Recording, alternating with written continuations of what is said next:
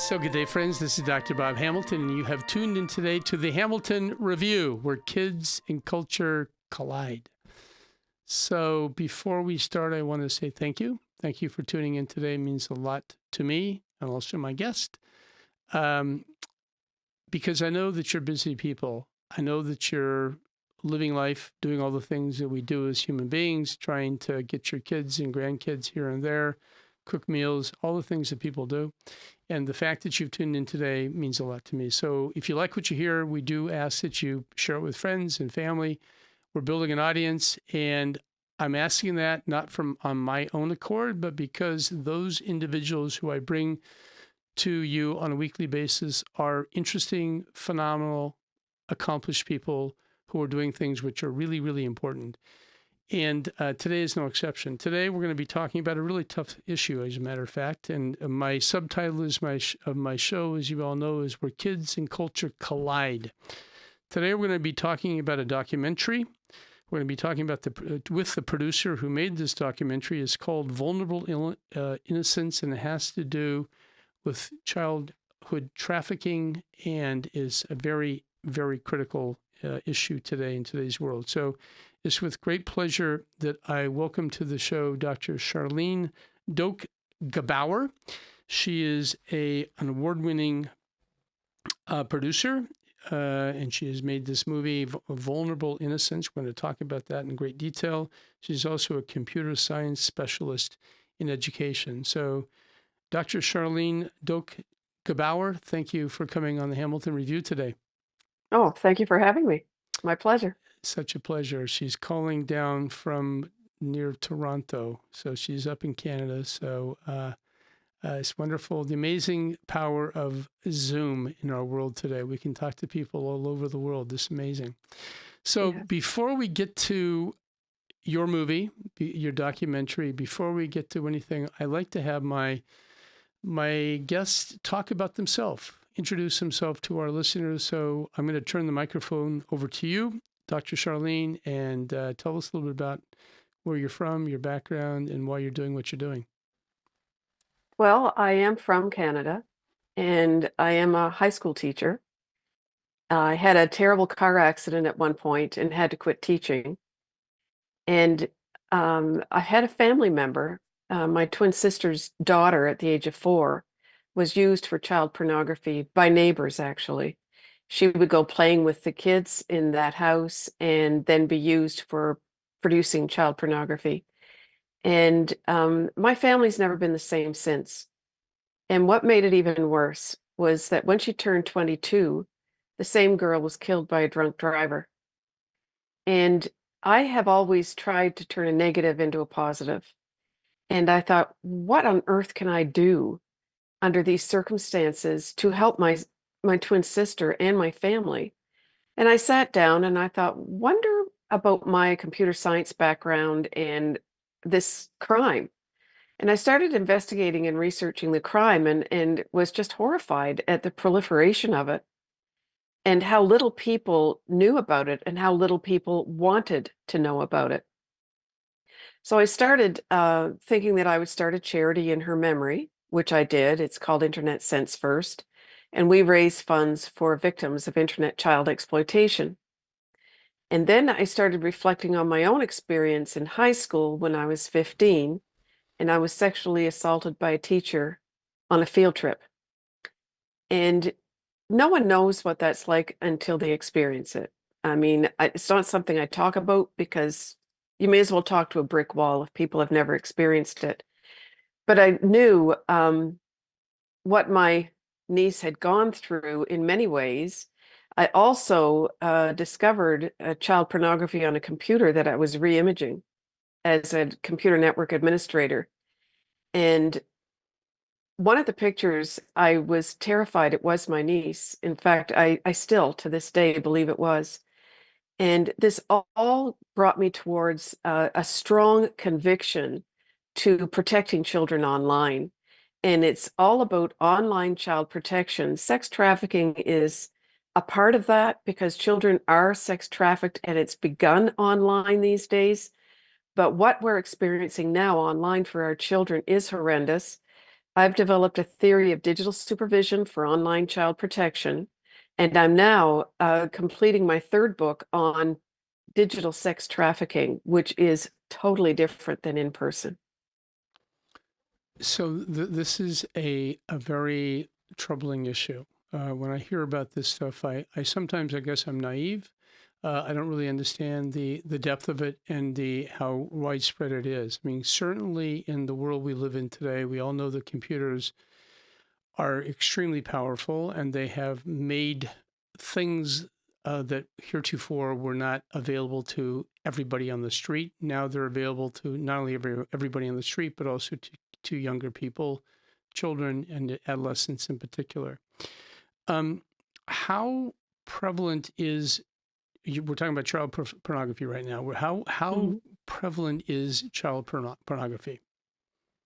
Well, yeah, Thorne in the United States has done tremendous amount of research, and they are now saying that this type of material online has increased by about 15,000% in the last few years, which is unbelievable. And it's just so easy for people to get involved in this because of the insidious nature of the internet. And when they get online, they find each other and consider they are all family and it's okay.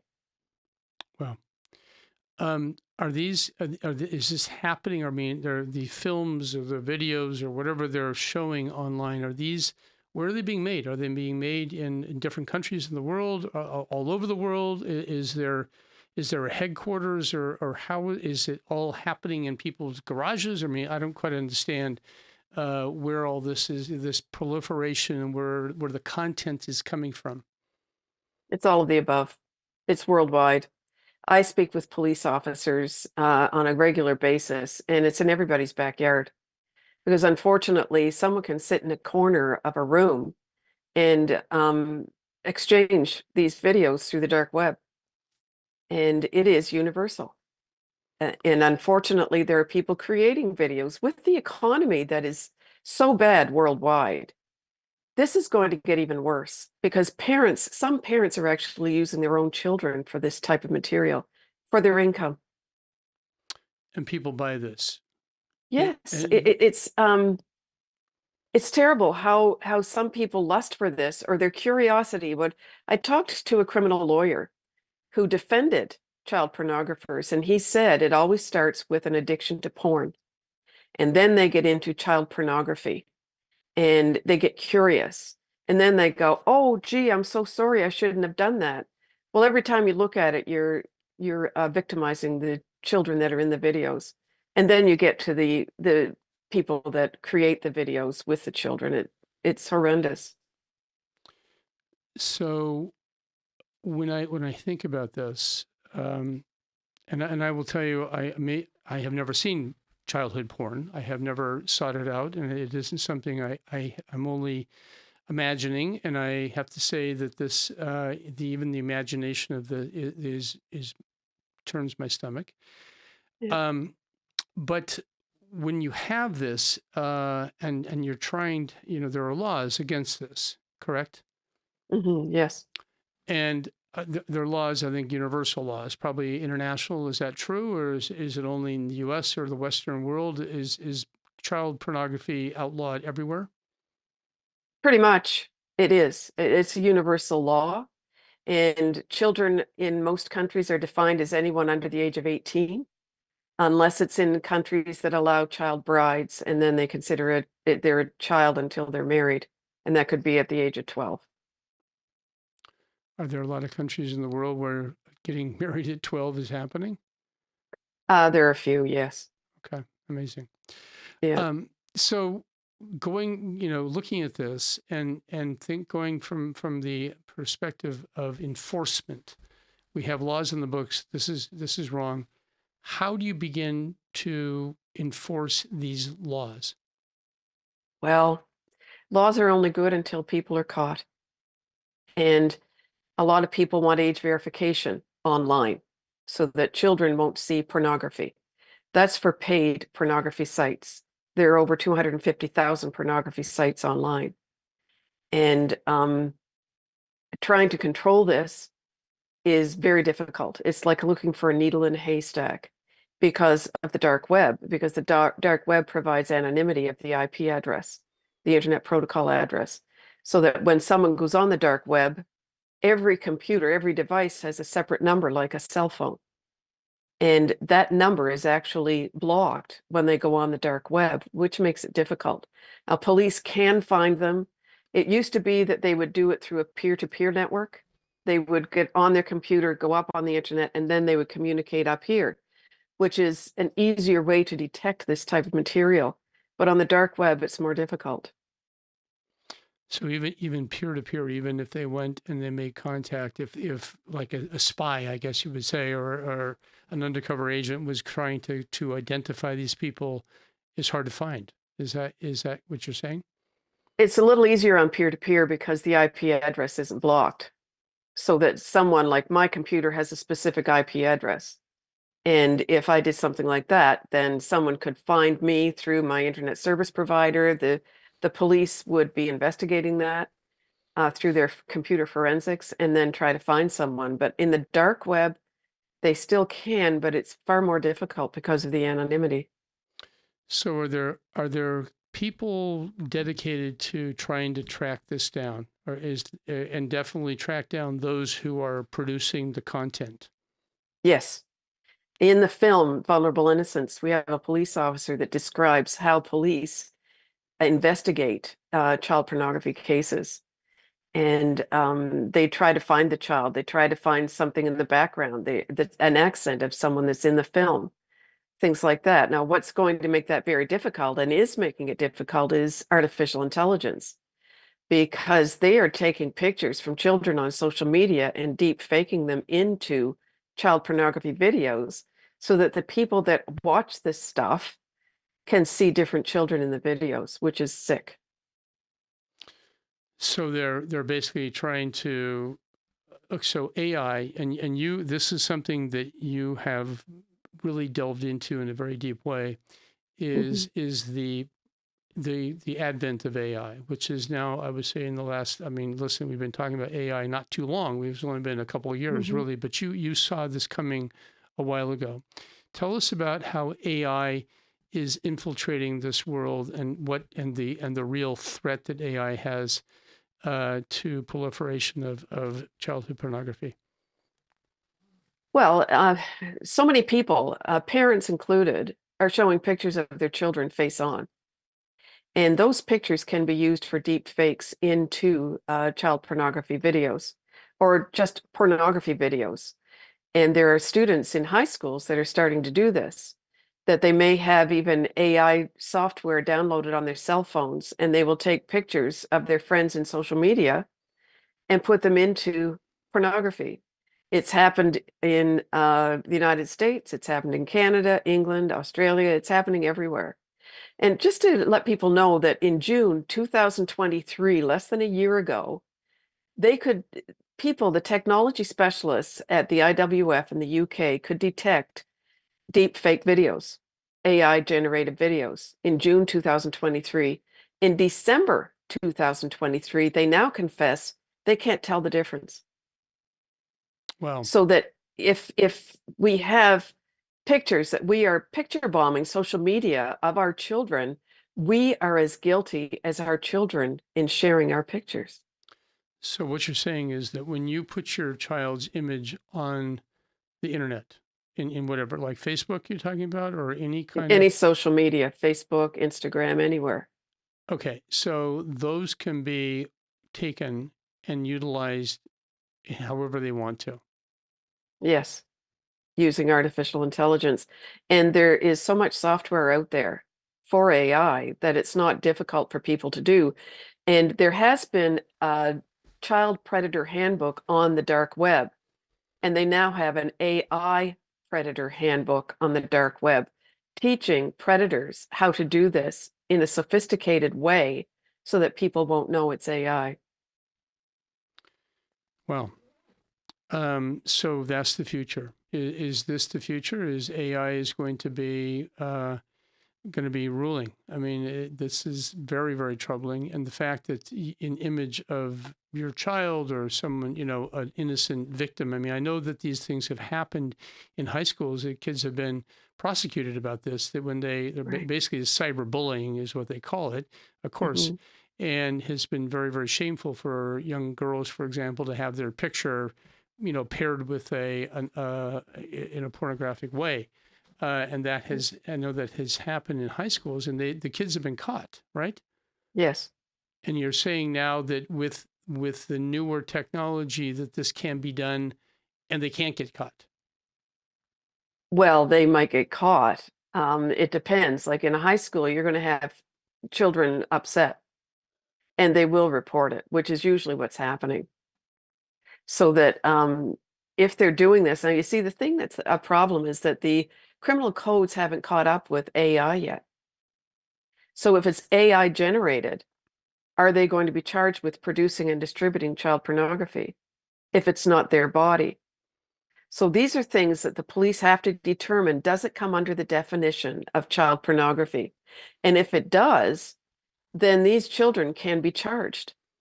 And when I'm speaking in schools, I'll say, you know what? If you're taking pictures of your friends and creating child pornography, meaning like there's some students that will take pictures of their friends having sex and putting it up online and thinking it's funny. I tell them it's not funny because what you're doing is, number one, you're producing and distributing child pornography or child sexual abuse material. And number two, you are uh, going to be guilty of an offense. So what happens when you're guilty of an offense? You can't travel anymore. You have a criminal record. And when you turn 18, a lot of them think that it's going that their criminal record will be expunged. It is not.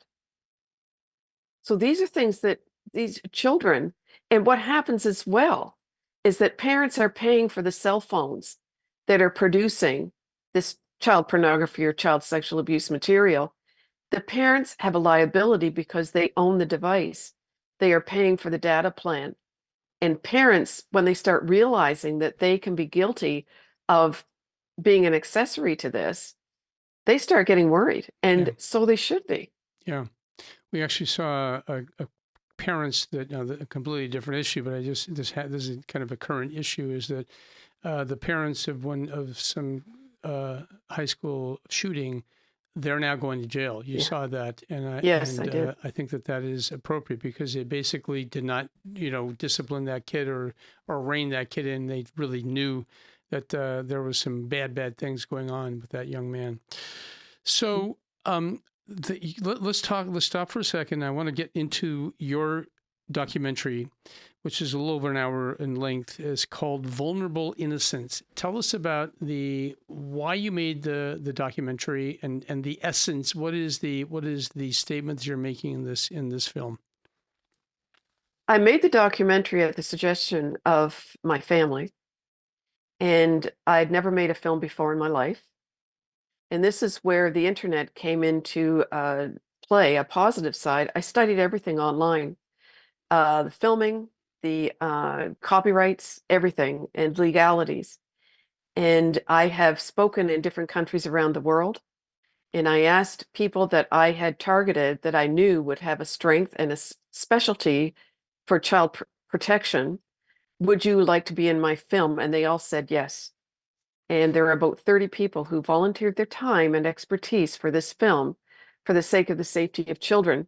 It is based on my theory of digital supervision, which is to be used by parents and professionals in a user-friendly way. Because I'm a computer science specialist, I made sure I wrote it in a user-friendly way so that everyone would be able to use it and be able to protect our children globally.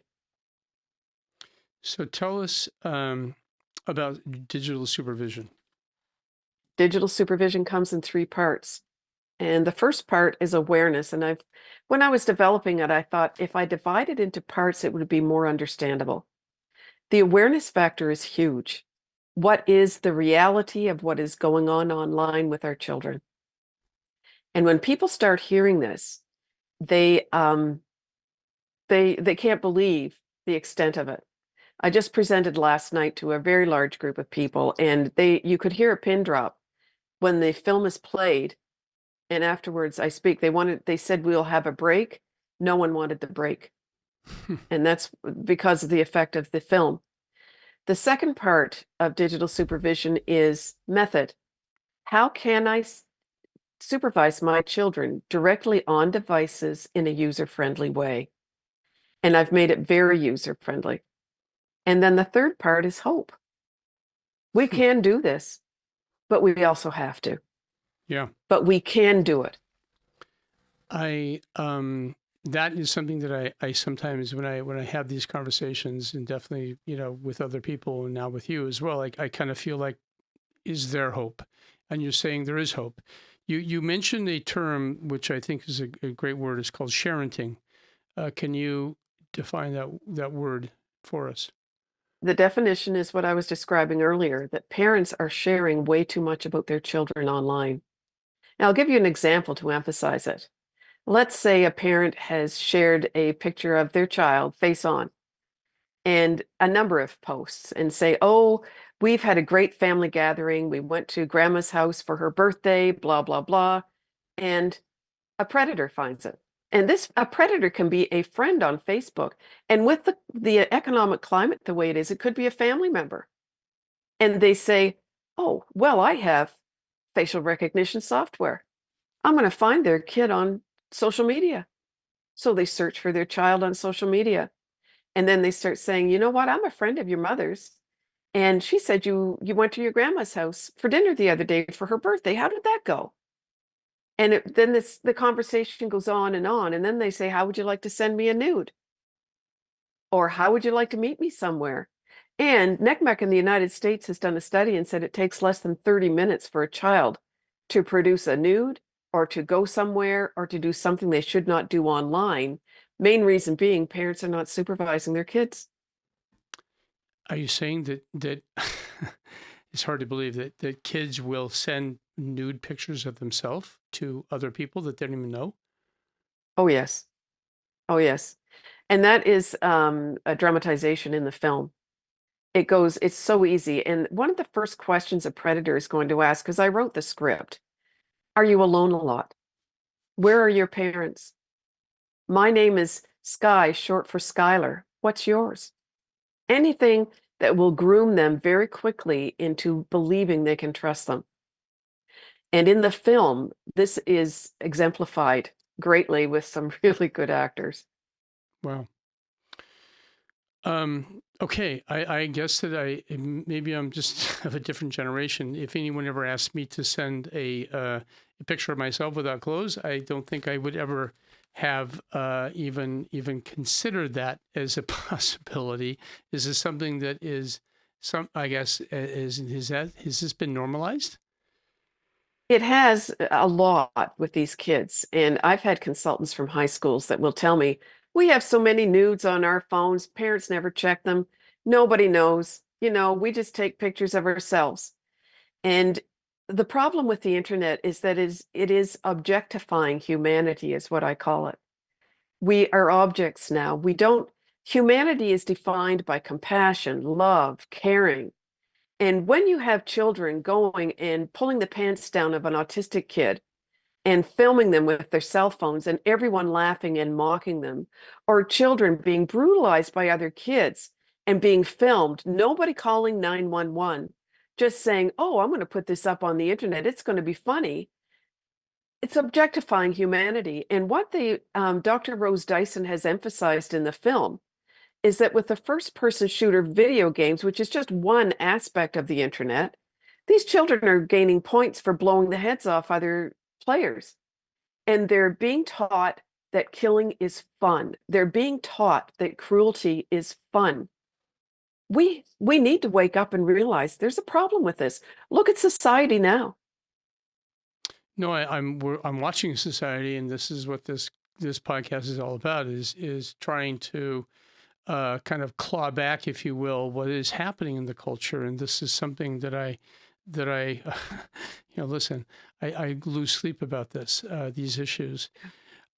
So sharenting is basically parents taking a role. Maybe go into Dr. Charlene. Tell us, what can parents do to rectify or pull their kids back? Because one of the things that I'm concerned about, and this is something that you are well aware of, is that pornography can actually be addicting. And there are people who are truly addicted to pornography, and they go there, and it becomes, and I can understand how it would begin with adult pornography and then can evolve and kind of devolve, I guess, down to childhood pornography. That's my concern, is that you're essentially, potentially, is like a drug that they get an endorphin push or whatever that may be. And that's something that, if everyone's addicted to pornography, we got a very, very sick world out there, right? And so, what can parents do to intervene? Well, they have to watch what their children are doing, and just to make you a little more concerned, there are 5, 6, 7-year-olds addicted to porn, and their parents don't have a clue. And as soon as people start realizing that their children are on these sites, the first thing to do, and I tell everyone, is move the router in your house. The subtitle of the film is the title of my book, which is The Internet, Are Children in Charge? And the answer to that question is yes, they are in most homes. And put the router in the parental bedroom or in a closet with a key that the parents have. For 2 reasons. You can turn it off at night. And if it's in the parental bedroom, there are no lights on to keep you up. When you're done with the internet, turn the router off. Keep the children off the internet on at night. Dock their cell phones in the parental bedroom at night for charging.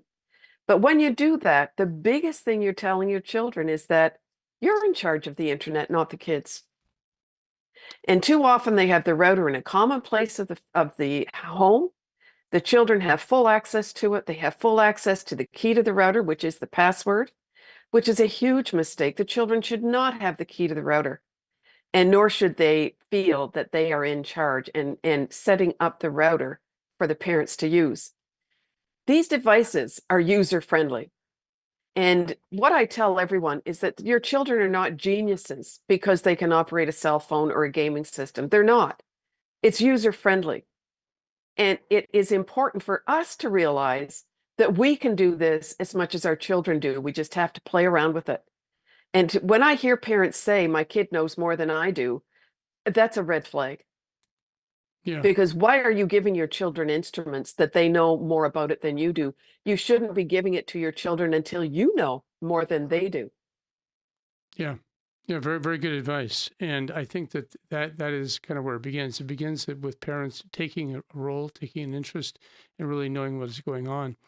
Yeah. So many kids are coming from homes that are broken. The mother is out working. The kids come home. They're latchkey kids. They come home to empty houses, empty apartments, and there's no oversight. And so as a result of that, they can get into mischief. And we all know that historically was true before the internet, right? Right. You don't have to have the internet to get yourself into trouble in whatever it may be. And so this is just added a whole different dynamic. So where do we go from here? What are you doing, Dr. Charlene, and what is your pathway look like ahead? Well, I actually I have a speaker agent now to get me into different countries and organizations to tell more and more people about digital supervision. And for parents that are home, I want to just to backpedal on that, put the router in a certain area, but you can put filters and hardware and software filters on devices to keep children away from certain sites and doing certain things. You can time that. The bad side of that is that children can get around those filters after a while. But we need to have huge, heartful conversations with our children about what's going on online. Just last night, just to give you an example, the woman came up to me after I spoke, and she said, "I'm just terrified. My son, he was on playing Pokemon, And he was in a park, and there was a man with white hair in the park, and he got in the car with the man for an hour afterwards. What should I do? And I went, first of all, you're giving the child a device that is the most dangerous thing in the world, and that is a cell phone. And the child needs to be told that going into anybody's car under any circumstances, if they seem nice, they are not if they're asking you to get into a vehicle. And the conversations with children. And I also tell parents to put a keylogger on their devices. And a keylogger will record every keystroke that the child makes. If it's a comprehensively keylogger, it will record all videos and pictures that the child is exchanging with anyone. And that can be put on a gaming system as well. People keep talking about social media and how much that social media has to control things. I know as a network administrator, and in a high school, I was managing a network, and I would put blocks, and I had a professional proxy server to put blocks on websites. It slowed down the server, but kids got in, they know how to get around it. They know how to get around through the back door. And parents have to realize this as well. But the keylogger is something that you can have that reports to you every day the activity of your child, whether you're home or not. And children, if they find out about it, you'll stop getting the report. And then you have to talk to your kids about what's going on and why did they get around the keylogger and so on. But that type of thing is so important for children to know that we're in charge and what you're doing, we're watching.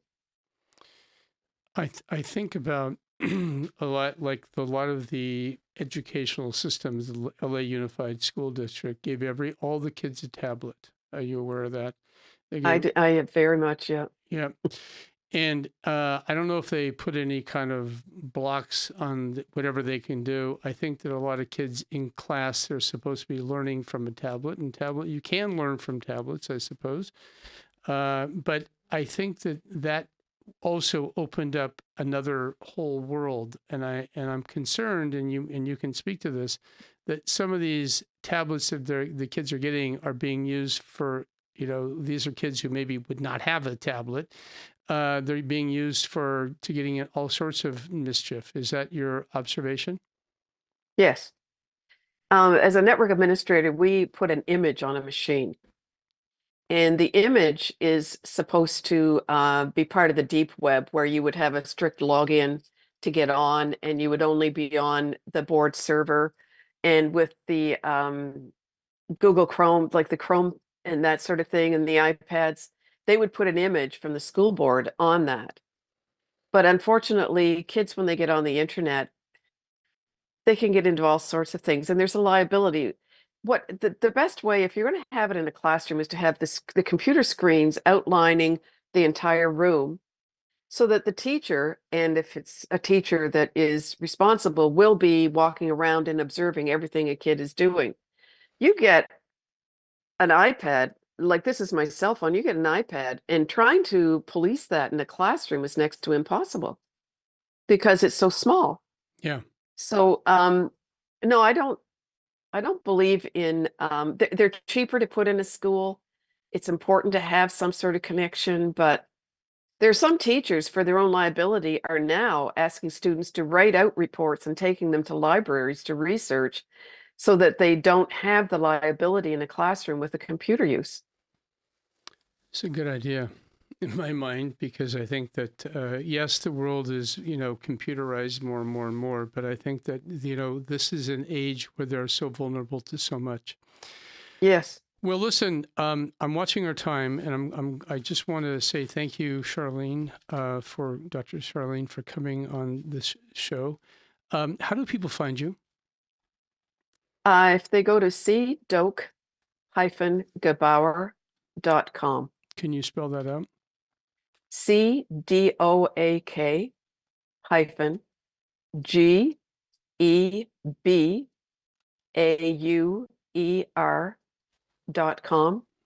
Okay. They can also go to vulnerableinnocence.co.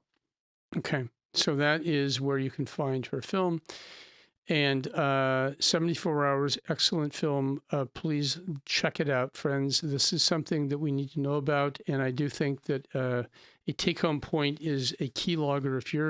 If your kids are teenagers, if they're at the age where they are beginning to become much more independent of you in terms of what they're doing, it's really important that you play the role of parent.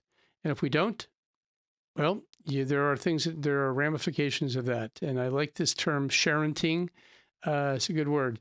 And we need to definitely be part of the parenting part of sharenting, is what I would say. And the keylogger, again, Key logger, Logger. How do people get a keylogger on their children's cell phone device?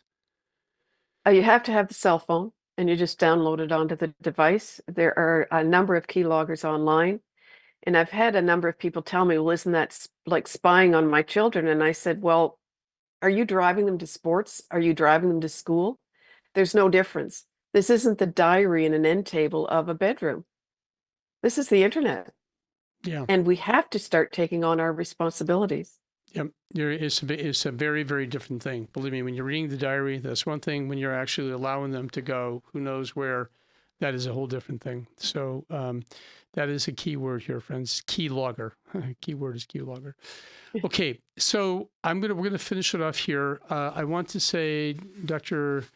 Charlene Doak-Gebauer, you have been you're sobering. This is a sobering conversation, and I have to say it's something that I sometimes don't like to talk about these kind of things, but I think that it is incumbent upon us as we talk about where kids and culture collide. This is one of those areas of collision which is going to have some ramifications if we don't intervene as parents in the lives of our children. So you're doing God's work here, Dr. Charlene. I mean that. And keep it up. I really appreciate your passion for this and your passion for truth and just exposing this very dark area of human nature. So bravo. So thank you again for being part of our show. Thank you. Thank you for having me. You're welcome. And friends, until next time, be safe, beware, go get a keylogger for your kid's cell phone, and we'll go from there. Okay, take care. Bye-bye. You have been listening to the Hamilton Review, where kids and culture collide. Thank you for allowing us to be a part of your day. Tune in again next week on Apple Podcast. Rate and comment and tell a friend.